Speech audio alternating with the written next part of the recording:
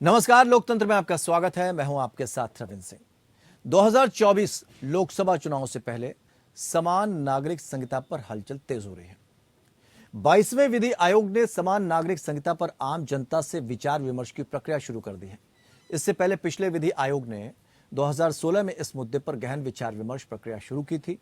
21वें विधि आयोग ने 2018 मार्च में जनता के साथ विमर्श के बाद अपनी रिपोर्ट में कहा था कि फिलहाल समान नागरिक संहिता यानी कॉमन सिविल कोड की जरूरत देश को नहीं है। लेकिन समान नागरिक संहिता का मुद्दा शुरू से ही बीजेपी के घोषणा पत्र में शामिल रहा है। ऐसे में 2024 के चुनाव को उल्टी गिनती शुरू होते ही यह मामला अब गरमाने लगा है। खबर देखते हैं, पर चर्चा आगे बढ़ाते हैं। –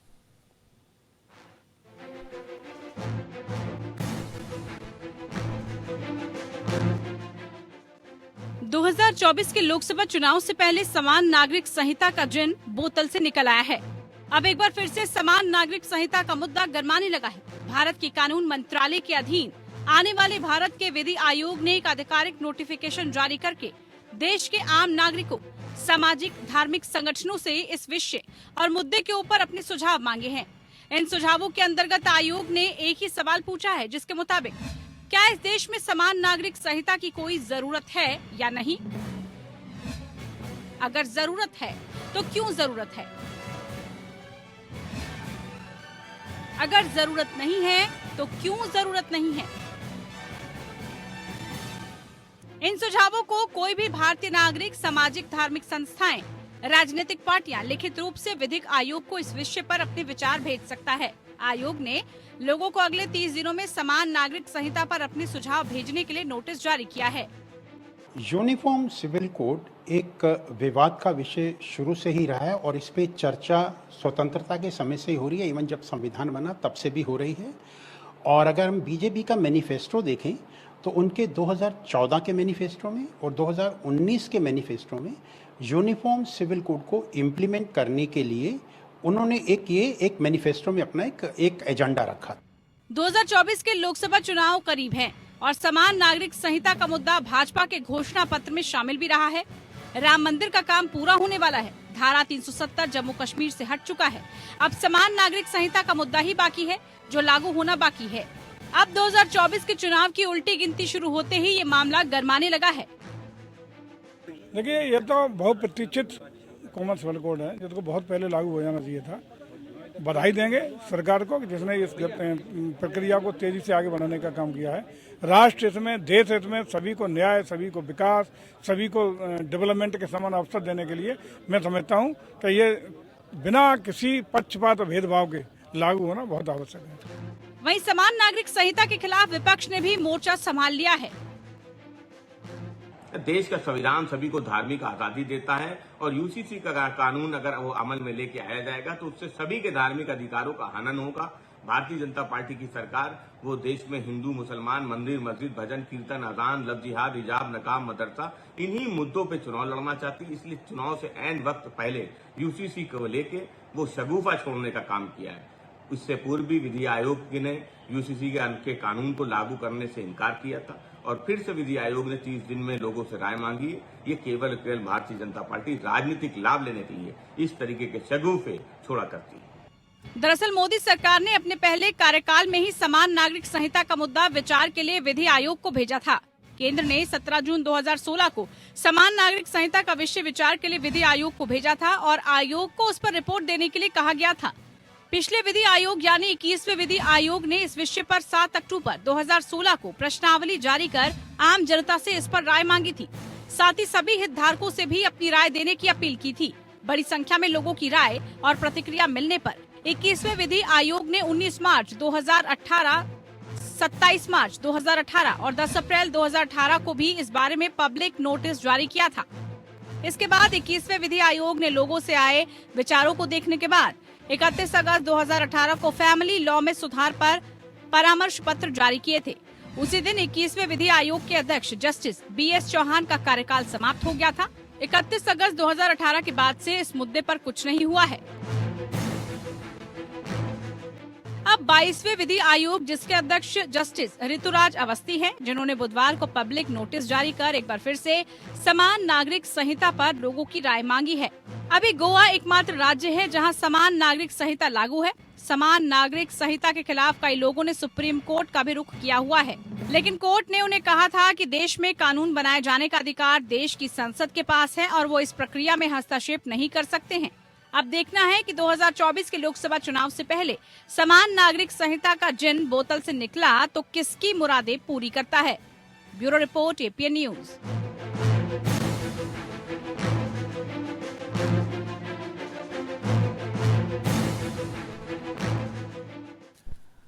तो यूसीसी को लेकर यानी समान नागरिक संहिता को लेकर अब सवाल खड़े हो रहे हैं। पक्ष विपक्ष दोनों की बातचीत जारी है। समान नागरिक संहिता की जब बात चलती है तो शादी, तलाक और जमीन जायदाद के बंटवारे की सभी धर्मों के लिए एक कानून होगा, ऐसा कहा जा रहा है। समर्थक इसके कहते हैं ये कानून लैंगिक समानता को बढ़ावा देने, धर्म के आधार पर भेदभाव करने और कानूनी प्रणाली को सरल बनाने में मदद देगा।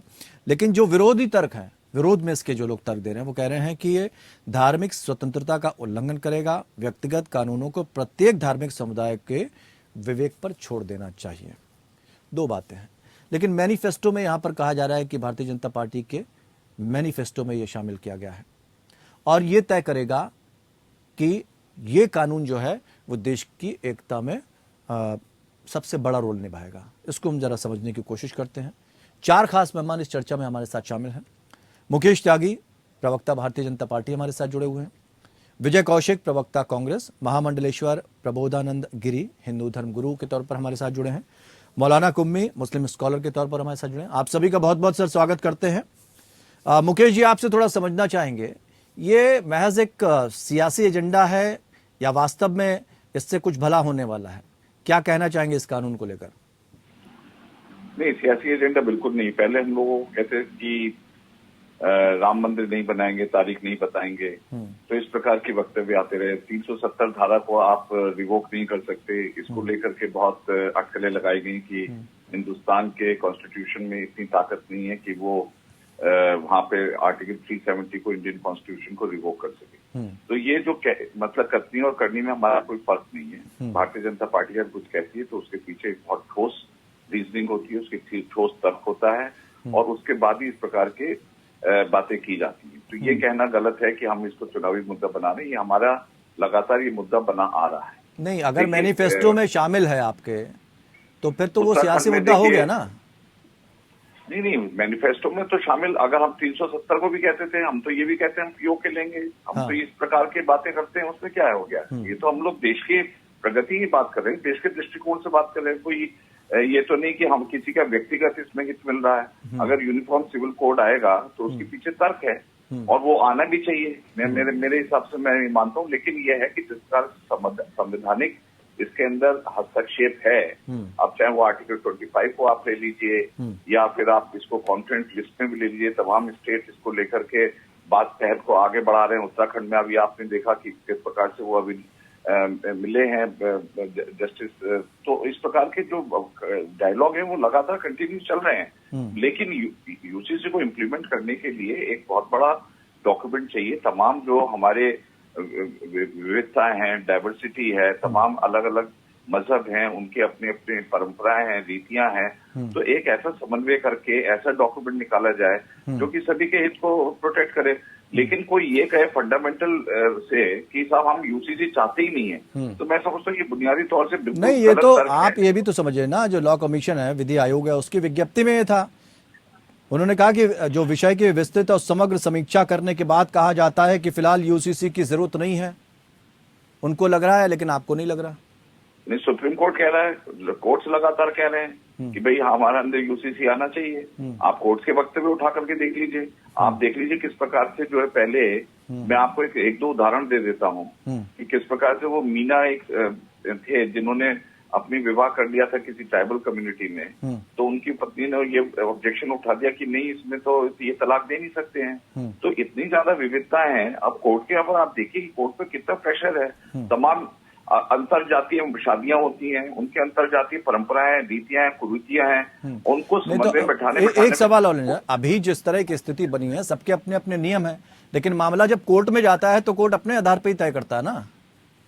वही तो मैं कह रहा हूँ सर हाँ। कि कोर्ट को भी आप तो कितने अगर वो कानून नहीं है तब भी तो फैसला उसी तरह से हो रहा है जैसे होना चाहिए। नहीं हो रहे हैं फैसले, लेकिन आप देखिए अड़चनें कितनी आ रही हैं। अड़चनों को तो देखिए कितनी अड़चनें आ रही हैं। मुझे बताइए सेक्शन 140, मैं ये कह रहा हूँ, चलिए मान लिया आप यूसीसी की एक बात करते हैं कि नहीं होना चाहिए, तो फिर इनको ये क्यों नहीं कहना चाहिए कि सब जो शरीयत लॉ है वो भी सबके बराबर सब पे नहीं, मैं ये नहीं कह रहा हूँ कि नहीं होना चाहिए, मैं तो समझने की कोशिश कर रहा हूँ कि ये होना चाहिए या नहीं होना चाहिए। क्रिमिनल लॉ में सिलेक्टिविज्म क्यों है, ये जरा बताइए क्यों है रीजन? वहां पे मजहब को दरकिनार कर देते हैं। देखिए मुकेश जी, की बात आती है, कन्वीनियंस की बात आती है, मुकेश जी, तो आप कहिए मैं नहीं, सुनिए, मैं नहीं कह रहा हूँ, मैं तो समझने की कोशिश कर रहा हूँ, क्योंकि इसके विरोध में भी विपक्षी दल अपनी बात कह रहे हैं कि इसको लाने की क्या जरूरत है, और पहले जब इस पर समीक्षा हो चुकी है तो उसमें जो निष्कर्ष निकला कि आप उसको मानने को तैयार नहीं हैं, खुद लॉ कमीशन कह रहा है तो उसको मानने को तैयार नहीं है, तो ऐसे में क्या वास्तव में इसकी जरूरत है, वो हम सिर्फ आपसे समझना चाह रहे थे। खैर, आपका तर्क अपना था। विजय कौशिक जी क्या कहना चाहेंगे? वो तो कह रहे हैं सब कुछ तो बेटर है, अभी कुछ अड़चनें आ रही हैं जिस वजह से सबको समान रूप से नहीं मिल पाती हैं कानूनी चीजें, इसके आने के बाद सब कुछ समान हो जाएगा और देश की एकता में एक बड़ा रोल अदा करेगा, तो उसमें क्या दिक्कत है विपक्षी दलों को? केवल नौटंकी कर रही है इस मुद्दे पर। ये समान नागरिक संहिता की बात करते हैं, यानी कि सभी के साथ एक जैसा समान व्यवहार। पिछले दिनों सुप्रीम कोर्ट ने एक जाति विशेष के मुद्दे पर ये कहा था कि भाई पहले किसी के भी खिलाफ शिकायत दर्ज होगी, उसके बाद जांच होगी, जांच के बाद में गिरफ्तारी होगी। हाँ। तो बताइए क्या ये जो निर्णय था ये संविधान के खिलाफ था या ये मानवता के खिलाफ था?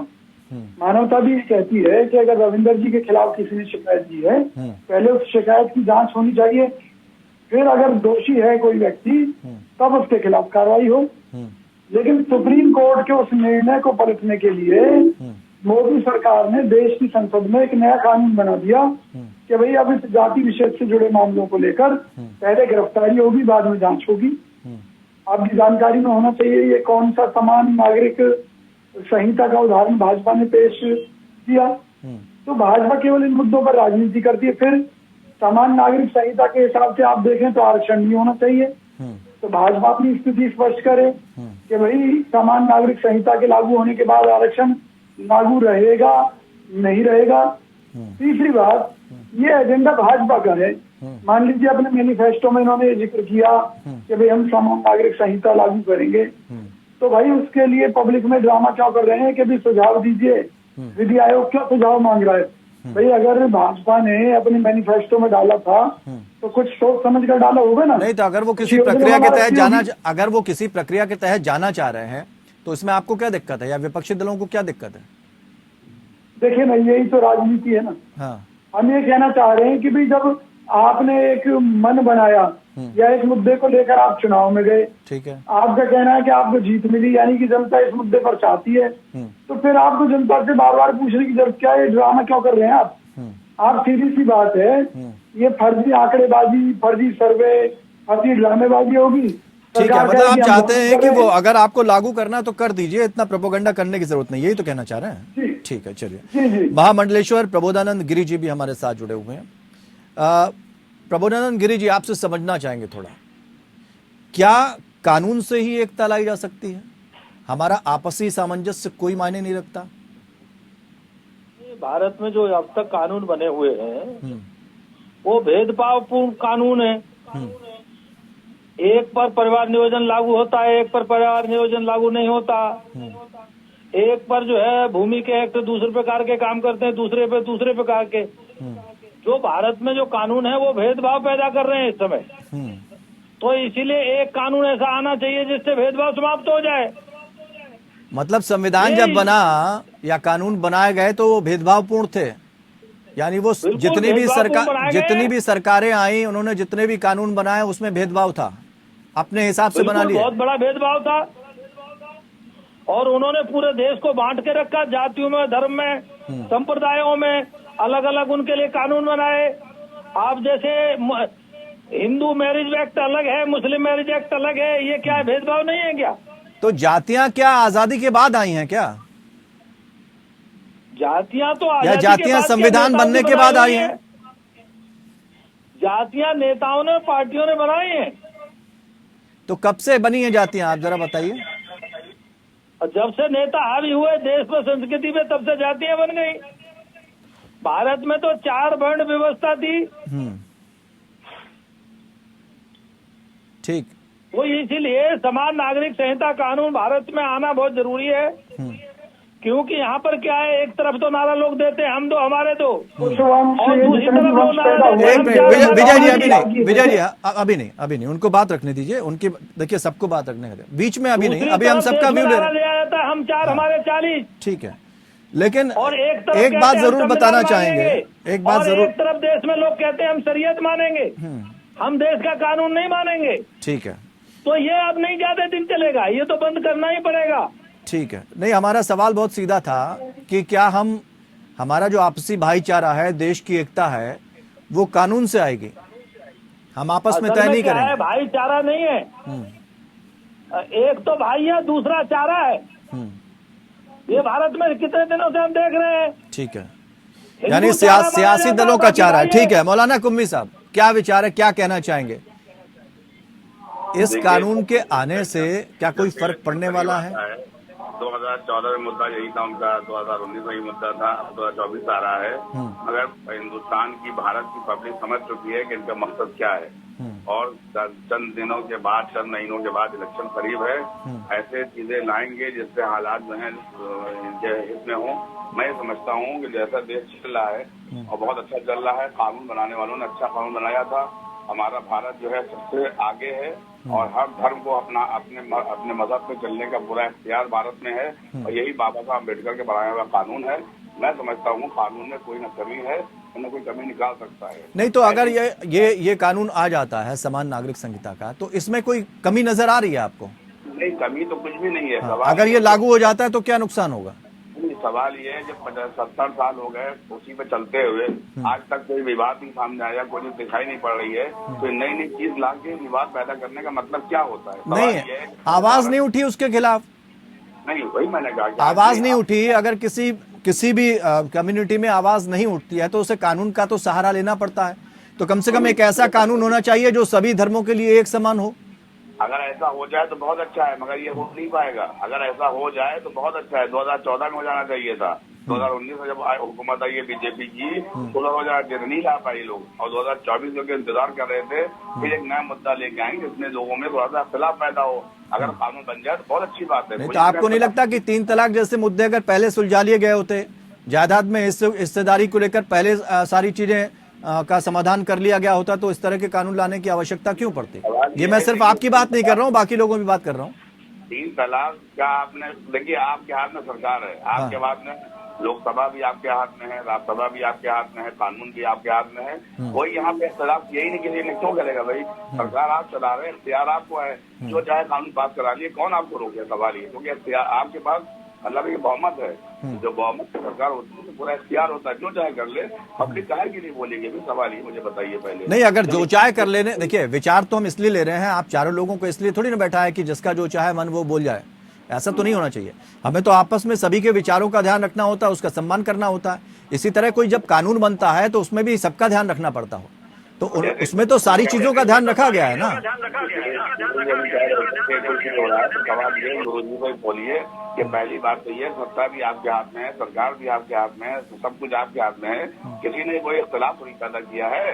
आप बनाइए कानून, हम उसका वेलकम करेंगे, हम मुसलमान करेंगे वेलकम। मुकेश जी से मौलाना साहब ये कहना चाह रहे हैं, 2014 से लेकर अब तक का समय हो गया, आपको अगर इतना बेहतर कानून ये लग रहा था और आपके मैनिफेस्टो में शामिल था, तो पहले क्यों नहीं ले आए? इसको ले आते अगर ये सबके लिए बेहतर था। इसमें इतना सोच विचार, बार बार उस पर मंथन हो रहा है, बार बार लॉ कमीशन जो है उसमें सलाह मशवरा ले रहा है, राय ले रहा है। तो जब पहले सारी चीजें हो चुकी हैं तो उसमें कहाँ खामी रह गई थी जो एक बार फिर से सारे लोगों से सलाह मशवरा किया जा रहा है? देखिए, ये प्रश्न जो है अमित शाह जी से भी किया गया था किसी इंटरव्यू के दौरान कि वही आपने जो है कर्नाटक के मैनिफेस्टो में यूसीसी का डाला है, तो आप यूसीसी कर्नाटक क्यों? आप तो पूरे, आपके पास पावर है, मेजॉरिटी है, राज्यसभा में भी मेजॉरिटी है, लोकसभा में मेजॉरिटी, तो आप तो कानून पूरे देशव्यापी ला सकते हैं। लेकिन अब इसमें स्टेट को उन्होंने इन्वॉल्व किया। अभी उत्तराखंड के अंदर भी लॉ कमीशन इसकी स्टडी कर रहा है। तो उन्होंने कहा कि भाई हम ऐसा नहीं चाहते कि हम एक साथ, जैसे आपने फार्मर बिल को देखा कि गुजरात में तो मोहर लग चुकी है ना। नहीं, मैं फार्मर बिल को देखे कि आपने हमें कंसल्ट नहीं किया, आप कंसल्ट करने लगो तो बोले आप बना सकते हैं, आपको किसने हाथ पकड़े हुए हैं। हाँ। एक बार कंसल्टेशन करने जाओ तो उनको दिक्कत है, नहीं कंसल्टेशन करने जाओ तो दिक्कत है। अरे भाई डेमोक्रेसी है, प्रजातांत्रिक मूल्यों को हमका वो नहीं करना है। मैं ये कहता हूँ अगर 2014 से लेकर 2023 तक नहीं आया तो क्या आना ही नहीं चाहिए? नहीं, हम तो बात वहां कर ही नहीं रहे। हम तो सिर्फ ये कहना चाह रहे हैं कि सारी चीजें जब पहले से तय हो चुकी हैं, लॉ कमीशन वहां पर सारी लोगों से रिपोर्ट ले चुका है, उसके बाद दोबारा वही प्रक्रिया करने का क्या मतलब? नहीं, डॉक्यूमेंट को बनाना पड़ेगा, उसमें तमाम कॉम्प्लेक्स। तो पिछले डॉक्यूमेंट में क्या कहा गया वो भी तो सामने आना चाहिए ना। डॉक्यूमेंट को कंसल्ट करना पड़ेगा, कंसल्टेशन में डालना पड़ेगा, तमाम पब्लिक ओपिनियन ली जाएगी।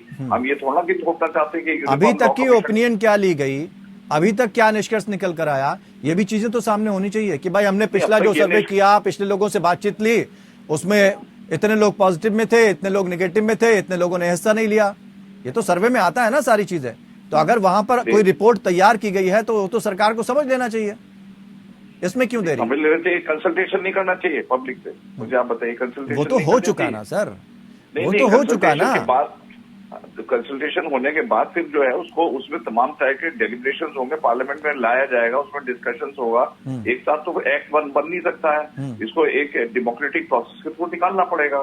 तो मैं समझता हूँ कि देरी का जो बहाना है कि साहब देर कर दी, अभी तक क्या किया, ये मैं समझता हूँ कि बहुत ही कोई तर्क खास नहीं है। हाँ, हम इस मुद्दे पे बात करें कि ये जो यूनिफॉर्म सिविल कोड है, ये देश के लिए जरूरत है कि नहीं, ये इम्पोर्टेंट मुद्दा है। क्योंकि ये प्रक्रिया हो सकता है 2-3 साल और डिले हो जाए, आज 75 साल हो गए, लेकिन हम ये समझते हैं कि ये जो अब तक जो रहा वो रिग्रेसिव रेजिम था, ये जेंडर इनइक्वालिटी के आधार पर रहा। महिलाओं के हकूक अलग थे, आदमियों के हकूक अलग थे।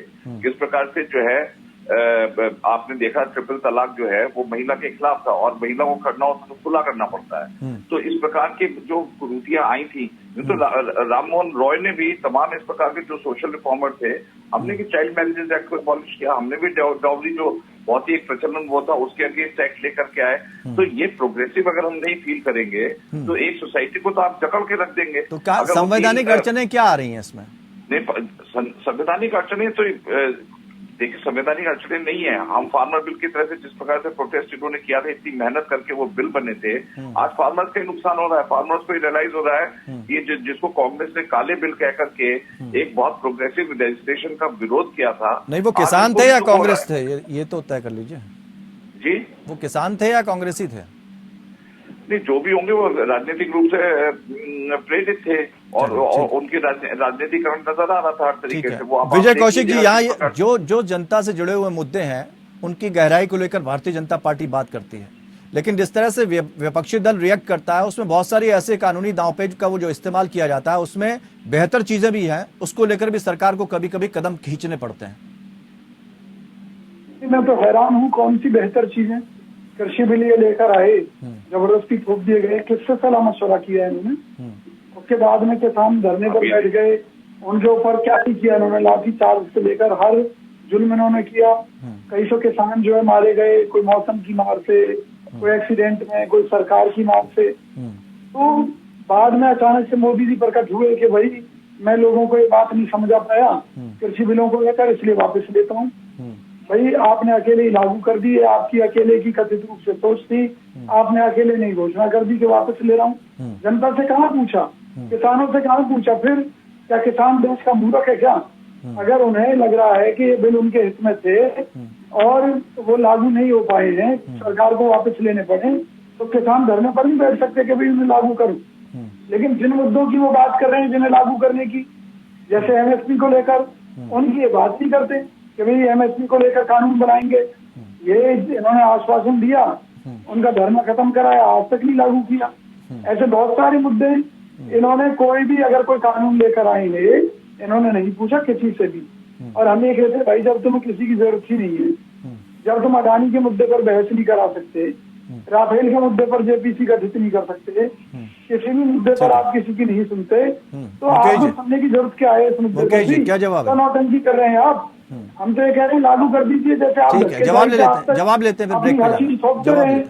विजय मुकेश जी, देखिए ये मैं यूसीसी का डिस्कशन है, लेकिन चलिए विषयांतर हो चुका है तो मैं इसका जवाब उन्होंने कई एग्जाम्पल गिना दिए उन्होंने एग्जाम्पल दिखाया एमएसपी के, ठीक है, एमएसपी का उन्होंने एग्जाम्पल दिखाया। मैं इनसे पूछना हर चीज पर एक कानून लाना, आप जो कानून लाते हैं, उनका ये कहना है, एक सिंपल बहुत शॉर्ट में बता दें, उनका कहना ये है कि आप जो भी कानून लाते हैं कहते हैं आपके हित के लिए, लेकिन जिनके हित के लिए उनसे ही आप चर्चा नहीं करते हैं। तो यही तो मैं मुद्दा कह रहा हूँ कि अब जब चर्चा का विस्तार बढ़ा रहे हैं, उसको धीरे धीरे उसको लेकर के आ रहे हैं, तो उस पर भी इनको क्रिटिसिज्म है कि आपकी पूरी बहुमत सरकार है, आप जो चाहे कर सकते हैं। उसके बाद अगर हम थोप देंगे उसी तो हमारे, अच्छा मैं अब आपको एमएसपी पे बता दूं। एमएसपी, मुझे आप बताइए कि सबसे पहले कौन फार्मर बिल के बारे में किसने पैरोकारी की थी? कोई कानून अगर लाया जा रहा है तो उसमें सबकी राय ली जानी जरूरी नहीं है। भारतीय जनता पार्टी की तरफ से कहा जा रहा है कि सबकी राय ली जा रही है, लेकिन विपक्षी दल लगातार इस बात पर जोर दे रहे हैं कि भाई राय लीजिए तो, और अगर ली गई है तो कहाँ है। ये बात हम थोड़ा समझना चाहेंगे महामंडलेश्वर प्रबोधानंद गिरी जी से भी। गिरी जी, ये जो वक्तव्य दिया गया है, चिंता इस बात की है कि अगर कोई कानून लागू किया जा रहा है तो उस पर सलाह मशवरा सबसे हो जाना चाहिए। क्या आप मानते हैं कि सबसे सलाह मशवरा लेना जरूरी है, या कानून सीधे सीधे पारित हो जाना चाहिए अगर वो देश हित में है तो? नहीं, कानून तो सबके लिए बनता है, और सबसे अगर राय ली जाती है तो अच्छी प्रणाली है। लोकतंत्र में सबसे राय लेकर के सबके हित के लिए कानून बनता है, तो ये तो अच्छी प्रक्रिया है। और इस प्रक्रिया पे सही बात वो ये है, अगर वो बिना राय के बनाते हैं तब ये कहा जाएगा बिना राय के बनाया गया, हम पर कानून थोपा गया। तो कल आप ये ना कहोगे थोपा गया इसीलिए राय भी ले रहे हैं आपकी। आप उसको बताओ क्या क्या ठीक है क्या ठीक नहीं है। पूरे देश को एक सूत्र में बांधने का प्रयास है समान नागरिक संहिता कानून के अंतर्गत। तो पूरे देश को जब एकजुट करना है तो सबके लिए एक कानून हो, एक व्यवस्था हो, तो उसे सब लोगों को स्वीकार भी करना है और उसका पालन करना है। तो पालन करने के लिए अपना मन पहले से तैयार हो तो और अच्छी बात है। तो इसमें कट्टरता क्यों नजर आती है? आपसी भाईचारे की जब बात आती है तो वो भाईचारा नजर क्यों नहीं आता? सियासत क्यों शुरू हो जाती है? कि इनकी आदत बनी हुई है राष्ट्र के अनुकूल काम नहीं करना है, राष्ट्र के विपरीत जाकर के कुछ लोगों को काम करने की आदत बनी हुई है। तो किसी के धर्म में अगर किसी का कोई पर्सनल लॉ है तो वो राष्ट्र विरोधी कैसे हो सकता है? नहीं, राष्ट्र से आगे पर्सनल लॉ नहीं हो सकता, राष्ट्र पहले होगा, पर्सनल लॉ बाद में आएगा। मैं सवाल ये कर रहा हूँ, मेरा सवाल ये है, कानून है इससे ही तो देश का सत्यानाश नहीं, मेरा सवाल ये है कि किसी का पर्सनल लॉ राष्ट्र विरोधी कैसे हो सकता है? जब वो राष्ट्र से आगे हो जाता है पर्सनल लॉ तो वह राष्ट्र विरोधी हो जाता है। कोई भी जो है पर्सनल लॉ राष्ट्र से आगे नहीं हो सकता। और जो लोग इसको पर्सनल लॉ का बहाना लेकर के दोहरे कानूनों की बात करते हैं और दोहरे आचरण करते हैं, और जहाँ एक तरफ भाईचारा कहते हैं और दूसरी तरफ हिंदू समाज को चारा मानते हैं। ठीक है, तो अगर समान नागरिक संहिता कानून लागू हो जाता है तो वो पैमाना हो जाएगा भाईचारे का? हाँ जी, उसको भाईचारे का पैमाना मानेंगे? अगर किसी कानून के आ जाने से क्या भाईचारा लागू हो जाएगा? अगर एक कानून पहले से है उससे भाईचारा आप कह रहे हैं कायम नहीं हो रहा है, तो इस कानून के आने से भाईचारा कायम हो जाएगा? मान्यवर, मैं आपके इस बात से सहमत नहीं हूँ। भाईचारे की बात करना बंद कर दिए, भाई भाई की बात करिए। एक को भाई और एक को चारा, ये कब तक चलेगा? ये 1947 से अब तक हम झेलते आ रहे हैं। आप बात करिए केवल भाई भाई की, ये भाई और चारे की बात ठीक नहीं है। विजय कौशिक, ये बिल्कुल गलत है। ठीक है विजय कौशिक, भाईचारा क्या होता है भाई? एक को आप चारा मानेंगे, एक को भाई मानेंगे। ठीक है, कहीं ना कहीं कंफ्यूजन है जी कि सरकार को किसी से राय नहीं मांग रही, सरकार सुझाव मांग रही है। मतलब विधि आयोग जो है सुझाव मांग रहा है।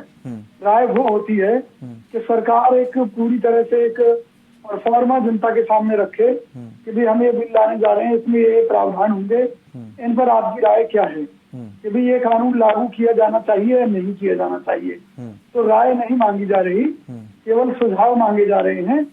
सुझाव में अब सरकार को किसके सुझाव पसंद आते हैं, यह सरकार का एक ड्रामा है कि भाई हमें तो ये चीजें लागू करनी है, सुझावों की आड़ में लेकर इसे जो है लागू वो कर तो दिया एक बात ये भी कह रहे हैं ना कि अभी तक जो है हम बहुत कुछ झेलते हुए आ रहे हैं, अब नहीं झेलेंगे। भाई भाई की बात करिए, भाईचारे की बात मत करिए। आप कब तक किसी को चारा बनाते रहेंगे? तो सियासी चारा नहीं बनना चाहिए, वो चाहे हिंदू हो चाहे मुसलमान हो, उसमें क्या दिक्कत है? वो तो सही कह रहे हैं। जो क्रिमिनल जो कानून है वो किसी के ऊपर ऐसा नहीं है कि किसी को कोई छूट हुई हो। कोई मुसलमान अगर मर्डर करेगा तो हत्या का दोषी है, गिरफ्तारी होगी, सारे काम होंगे। ये तो सिर्फ कोई धार्मिक मुद्दों पर कि भाई वो अपने तरीके से पूजा अर्चना कर सकता है, अपने मजहब के मुताबिक शादी कर सकता है, लेकिन अगर उसे विदेश कहीं भी जाना है तो उसे अपनी शादी का रजिस्ट्रेशन कराना पड़ेगा, कोर्ट मैरिज करानी पड़ेगी, चाहे हिंदू हो चाहे मुस्लिम हो चाहे कोई हो, अपनी शादी का रजिस्ट्रेशन कराना पड़ेगा।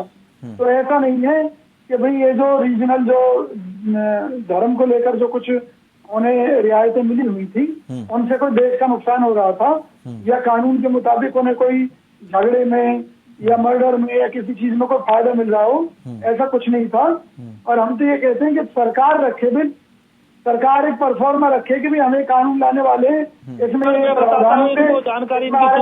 स्थिति होगी, कानून व्यवस्था की स्थिति होगी, फिर राय मांगे, तब तो समझ में भी आएगी।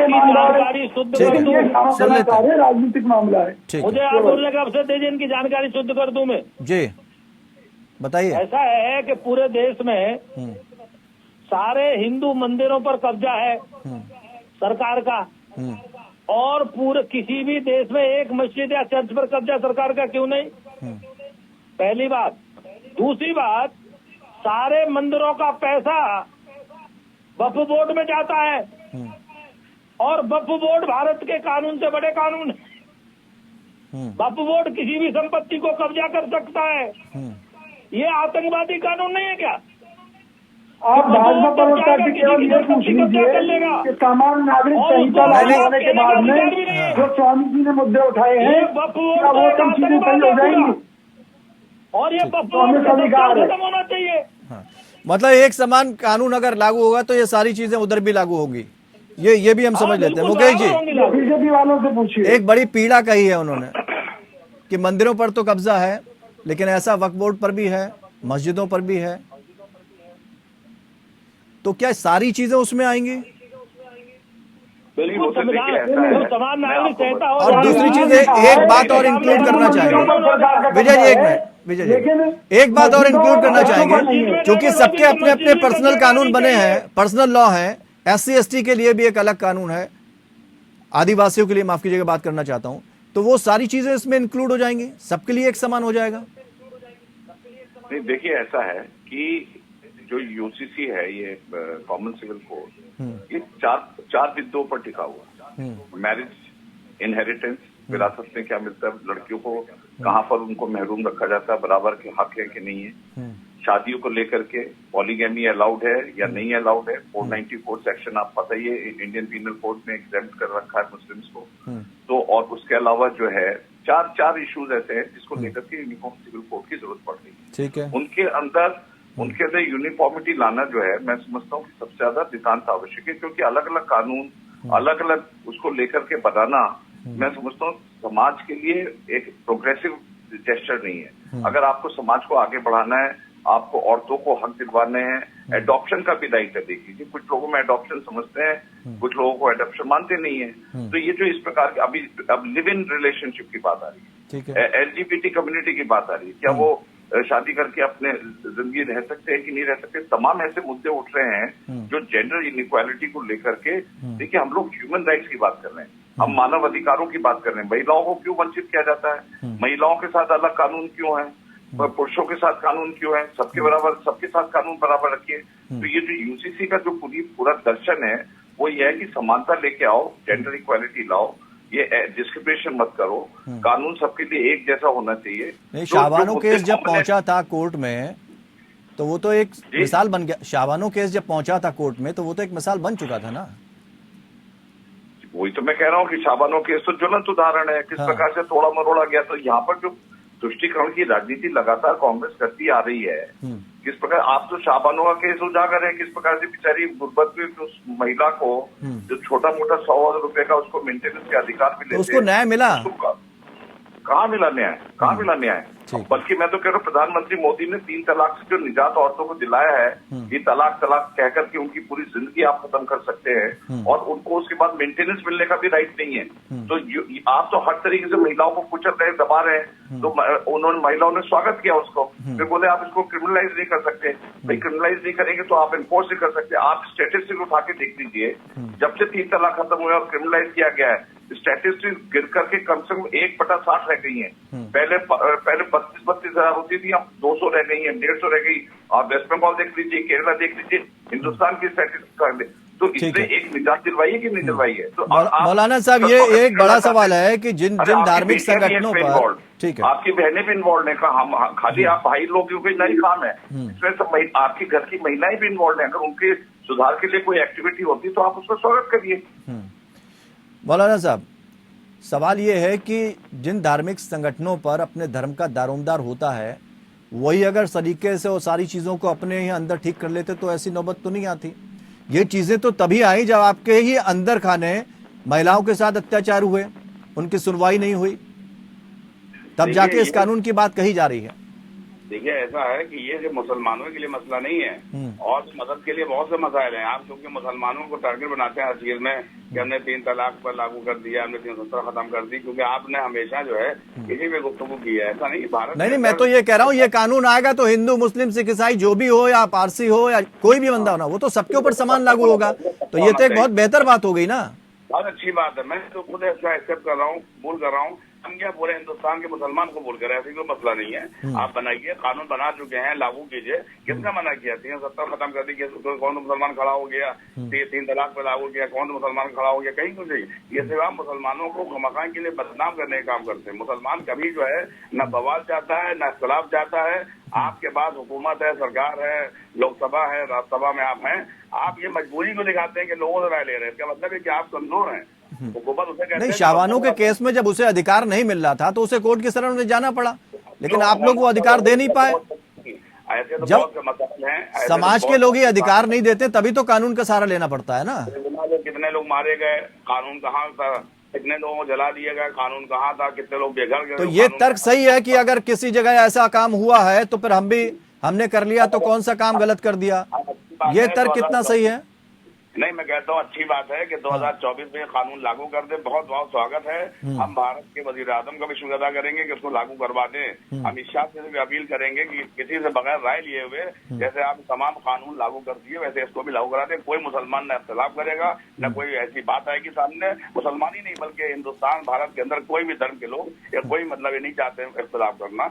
आप जब सब कुछ कर रहे हैं, अच्छा कर रहे हैं तो अच्छा कीजिए देश के लिए। आप बिला वजह के लिए राय मशवरा न लिया कीजिए मेरे भाई। अच्छे काम के लिए किससे राय लेंगे? आपको लोगों चुना है, 100 करोड़ 35 लाख लोगों ने आपको वोट दिया है, चुन के लाए हैं, तो राय इसलिए लाए कि बच्चा काम करेंगे। तो आप इसमें राय मशवरे की बात ही ना कीजिए कि हम राय ले रहे हैं, हम पूछ रहे हैं। पहली बात, आपको राय लेने के बाद आप उस पर अमल ही नहीं करना है।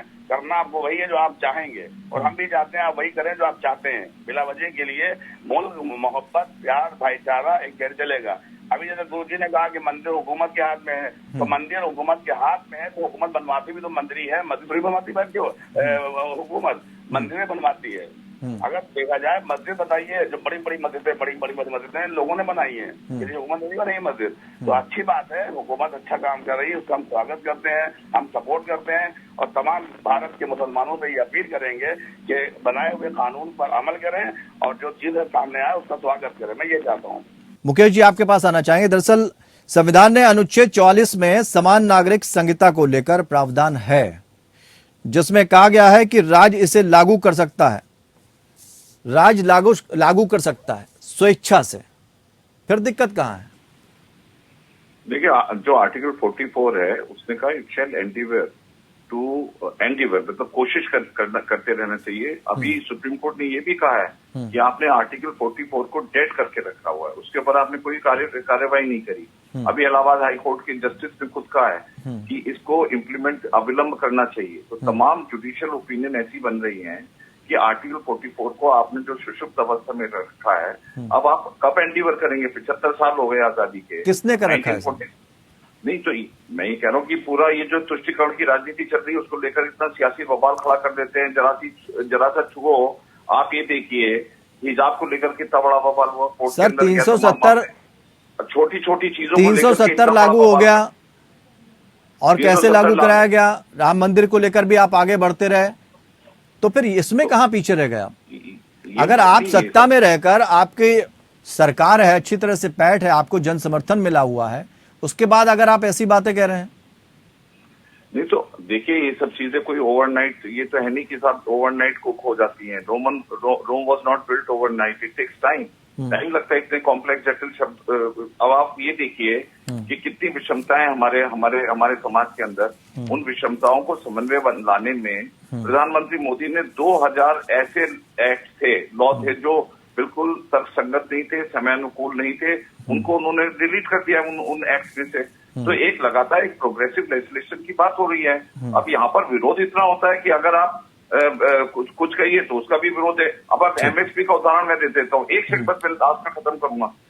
एमएसपी पे फिर किसी दिन चर्चा कर लेंगे, क्योंकि अभी यूसी तो हमारे पास समय भी कम है। नहीं, मैं एक लाइन बता रहा हूँ, एमएसपी एक्ट का हिस्सा कभी नहीं था। हाँ। अब इसको एक्ट का हिस्सा बनवाएंगे। तो मैं इस प्रकार की बातें कह रहा हूँ कि ये हर बात पे आलोचना करना इनका एक जो है मंत्र बन चुका है। चाहे अच्छा काम करो तो आलोचना करो, गंदे काम करो तो फिर तो अच्छा आप खुद ही गंदे काम करते हैं। अपने गंदे काम इनको गंदे नजर नहीं आते, सरकार के अच्छे कामों को ये टीका टिप्पणी राजनीतिक रूप से प्रेरित होकर करते हैं। इसलिए अगर विलंब हो रहा है तो कोई देर है, देखिए मैं बताऊं। ठीक है, मैं थोड़ा हमारे साथ प्रदीप शर्मा जी भी जुड़ गए हैं, अधिवक्ता सुप्रीम कोर्ट, उनसे हम थोड़ा कानूनी पहलुओं को भी समझ लेते हैं। बहुत बहुत स्वागत करते हैं सर आपका। हम ये जानना चाहेंगे सर, संविधान जो है वो क्या कहता है? क्या वाकई यूसीसी लागू होने से हालात बदल जाएंगे, या सिर्फ ये एक सियासी मुद्दा है? थोड़ा समझना चाहेंगे आपसे। रविंद्र जी, एक बहुत पुरानी कहावत है, आप भी मानेंगे, आज से नहीं हजारों साल पुरानी कहावत है, जब से मैनकाइंड इस रेस में आया। जी।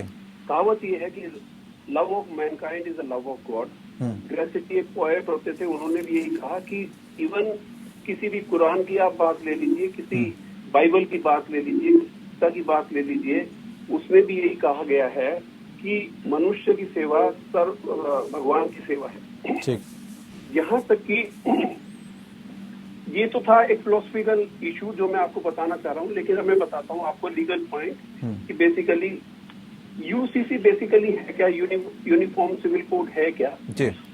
एक देश में एक कानून, एक मतलब मैंने गागर में सागर एक बात बोल दी कि एक देश में अगर एक कानून लागू हो जाए, वो समझ लीजिए यूनिफॉर्म सिविल कोड है।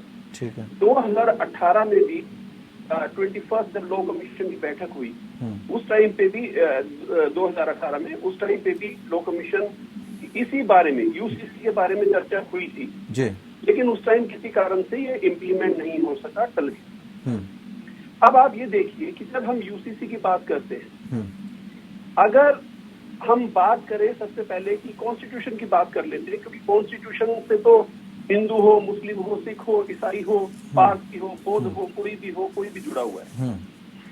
उसके हिसाब से क्या है कि अगर वन नेशन वन लॉ हो और कॉन्स्टिट्यूशन की जो बात होती है, सबसे ज्यादा आपत्ति इसमें, क्योंकि दो ही हैं, हर जो वर्ग है, हिंदू है तो हिंदू पर्सनल लॉ से जुड़ा है, मुस्लिम है मुस्लिम पर्सनल लॉ से जुड़े हुए हैं, हिंदू में फिर सिख, बौद्ध, जैन एटसेट्रा एटसेट्रा आ गए, मुस्लिम पर्सनल बोर्ड में मुस्लिम आ गए।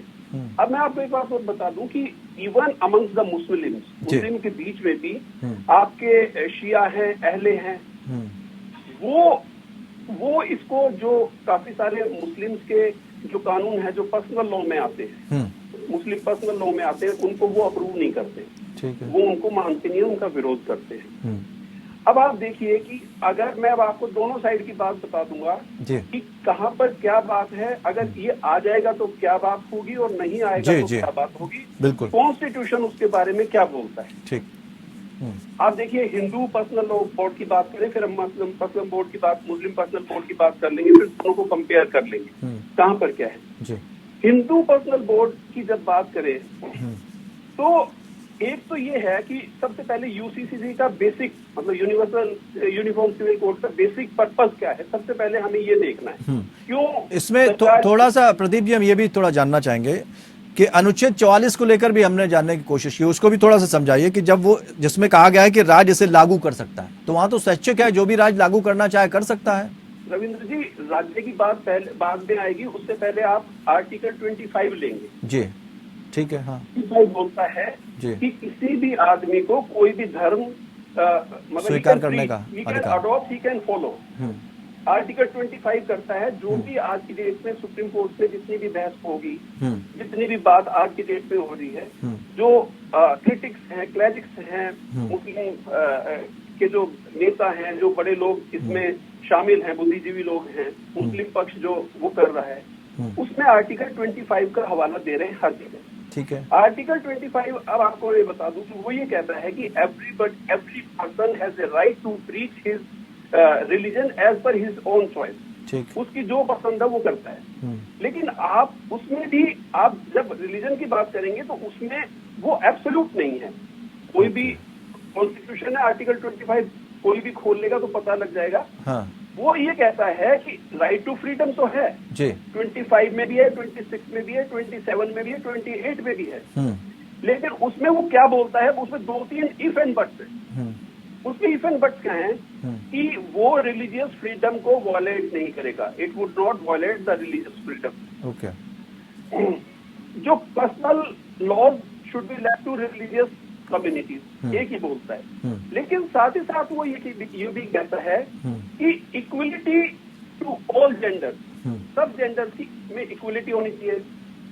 किसी भी कास्ट और क्रीड के बेसिस के ऊपर डिस्क्रिमिनेशन नहीं होना चाहिए, दोनों में समानता होनी चाहिए। ठीक है। ये एक बात और समझना चाहेंगे आपसे कि चूंकि एक बार जब सारी चीजें सुझाव ले लिए गए, उसके बाद एक बार फिर से सुझाव लेना, ये सही प्रक्रिया है? और इस पर ही विपक्षी दल जो है सवाल खड़े कर रहे हैं। उनका ये भी कहना है कि भाई सबसे तो सलाह की नहीं जा रही, सबसे तो सुझाव लिए नहीं जा रहे हैं। नहीं, अभी तो 30 डेज का टाइम दिया है, जहाँ तक मेरी नॉलेज है कि 30 डेज के अंदर सभी क्लैरिक्स से, सभी लोगों से व्यूज मांगे हैं अभी तो, कि 30 दिन के अंदर अंदर हर आदमी जिसको जो पक्ष है विपक्ष है, जो भी जिनकी जो भी वो है, कोई भी आदमी उसमें 30 दिन के अंदर अंदर अपने व्यूज दे सकता है। तो फिर पहले वाली जो रिपोर्ट है उसका क्या होगा सर? नहीं, अमेंडमेंट भी तो होते हैं ना। आप ये देखिए, एक पर्टिकुलर अब मैं क्रिमिनल लॉ की बात करता हूँ, आप एक सेकंड के लिए। एक कोई रविंद्र जी, ऐसा तो नहीं हो सकता कि पिक एंड चूज हो जाए। लॉ तो है, तो लॉ सब है एक कहते हैं। आज अगर आप एक बात बता दिए, कोई आदमी किसी का मर्डर करता है, वो हिंदू है, मुस्लिम है, सिख है, ईसाई है, बौद्ध है, जैन है, कोई भी है, तो उसके पास उसके ऊपर आईपीसी की 302 धारा लगेगी या नहीं लगेगी? जी। अगर आप 300 अटेम्प्ट टू मर्डर करेगा, डकैती, तो वो सभी बोर्ड, अब सभी जाति धर्म के ऊपर अगर IPC, CrPC, evidence act, criminal law, criminal jurisprudence अगर एक हो सकता है, तो बाकी चीजें क्यों नहीं हो सकती? ठीक बात। और फिर जब आप उनको प्रॉस एंड कॉन्स दोनों को बोलेंगे, जब बात को, बहुत सी चीजें हैं कि जो मतलब कमी है तो उसको दूर करना, मुझे लगता है अगर हिंदू लॉ में कमी है तो उसको भी करना चाहिए। तो ये कानून सर अगर आता है तो इसका फायदा मिलेगा, और बाकी मेरे हिसाब से सर्टेनली फायदा मिलेगा। क्योंकि देखिए, मैंने जैसे भी आपको बताया कि जो इक्वलिटी की बात करता है, हमारा कॉन्स्टिट्यूशन भी इक्वलिटी की बात करता है। अब मैं आपको एक छोटा सा, अभी ट्रिपल तलाक का मामला आपको पता ही है। ठीक है, आप उसका जिक्र भी कर चुके हैं। तीन तलाक, ये देखिए, आप ये देखिए कि क्या ये सही होगा? सिर्फ मेल मेंबर को, अगर मैं आदमी हूँ, मैं मुस्लिम हूँ, मैं अपनी वाइफ को 3 बार तलाक तलाक तलाक कह दूं तो ये तलाक हो गया। लेकिन अगर मेरी वाइफ मुझसे खुश नहीं है तो वो क्या करेगी उस सिचुएशन में? आप बताइए। उसके पास ये हक नहीं है, वो ये नहीं कह सकते। आपको मालूम होगा वैसे भी कि जो अडॉप्शन है, जो सक्सेशन है, जो डाइवोर्स एक हो गया, ठीक बात। तो इस तरह से बहुत गार्जियनशिप एक अलग हो गया। जैसे अगर किसी मुस्लिम जेंटलमैन की डेथ हो गई, मतलब ये एक इसका निष्कर्ष ये है कि अगर ये कानून लागू होता है तो सबको ही इसका फायदा मिलेगा, सभी एक ही दायरे में आ जाएंगे। बहुत बहुत शुक्रिया आप सभी लोगों का हमारे साथ इस चर्चा में शामिल होने के लिए। और कोई भी कानून जो है अगर समान रूप से एक ही लाइन में सबको ला रहा है और उसका फायदा सबको मिल रहा है, चाहे वो हिंदू हो, मुस्लिम हो या किसी और धर्म का हो, तो ऐसे कानून को लागू किया जाना चाहिए। क्योंकि वक्त के हिसाब से बहुत सारी चीजें बदल जाती हैं और वक्त के हिसाब से बदलाव आने भी चाहिए। और शायद यही फर्क आता है कि हमें कानून लाने पड़ते हैं जब पुरानी पीढ़ियां जो है उसी पुराने उस पर चल रही होती हैं, उसमें बदलाव आना वक्त के साथ साथ जरूरी हो जाता है। और शायद इसी बात की तरफ जोर है। सियासी एजेंडा जरूर है, लेकिन इसमें एक दूरदर्शिता भी है कि अगर ये कानून लागू होता है तो ये सबके हित में है, किसी एक के हित की बात यहां नहीं हो रही है। फिलहाल इतना ही, नमस्कार।